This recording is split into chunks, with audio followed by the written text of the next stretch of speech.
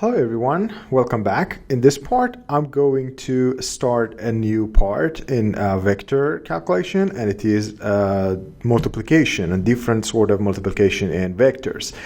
Well, there are two types of multiplication in vector and matrices. One is called dot product, and the other one is a cross product. Okay, so we're gonna start with these two first. Let me write down the A again and B, and here I do have two vectors which has the same length. This is important, the same length. Okay, now I wanted to calculate their product, and by product we realize that if I do AB, it just gives me an error because we cannot multiply two vectors with the same dimension. The way that we can do to kind of find their product, which going to be this one multiplied by this plus this item multiplied by this and continue like that, is a function called dot. There's actually a function dot, and it will ask us to pass two values. So one is going to be vector A and the other B. So what it does, it just calculates vector A and vector B together and sum their calculation to see what's the result. When I do that, it gives me one single number. Always keep in mind that the result of dot product is going to be one single number. I can get the same result this way. So if I say A multiply B transpose, okay, AB transpose. So if I hit enter, it's going to give me the same result. But how does it calculate it? So if I say A, which is this, then B transpose this. Now if we just multiply these together, we get the same result. A multiply B transpose. It will give us the same result as a dot A and B. And it is really important. Okay, so let me clear the screen. Now I'm going to explain about the cross product. And as you know, cross and dot product, which is also known as a scalar product, are fundamental calculations and operations in engineering. And no matter what your field of engineering is, you will need this in your projects, homeworks, or research.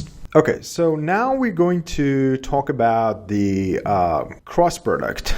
Cross product and dot products are very important and crucial calculations in engineering field, and no matter what your major is, you will need them at some point in your homework, in your projects, in your research, and the concept is also important. Here we're not dealing with the mathematics, but I'm going to show you how to use MathLAB to just ease your way and get the result faster. So I'm going to create a vector called A, 1, 2, 3, and B equals 5, 6, and 7.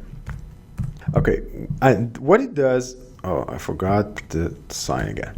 Okay, what it does is that the first item represents the X, the second item represents the Y, and the third item represents the Z. And now what we can do is to type cross,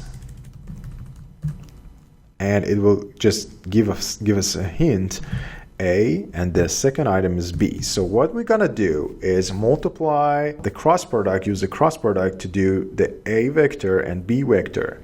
And if I do that, you will see that a new vector is going to be created.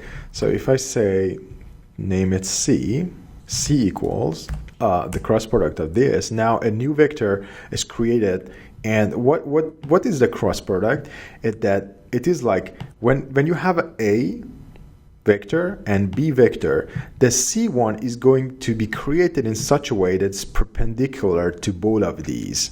And if you just test that by yourself, you will notice that the result is correct.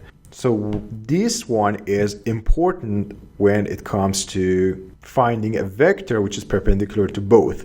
There are a lot of applications for this. One of the most famous one is in a probability and estimation theory, where you want to find the vectors which are perpendicular to another vectors to reduce the estimation error, to minimize it as a mean estimation error.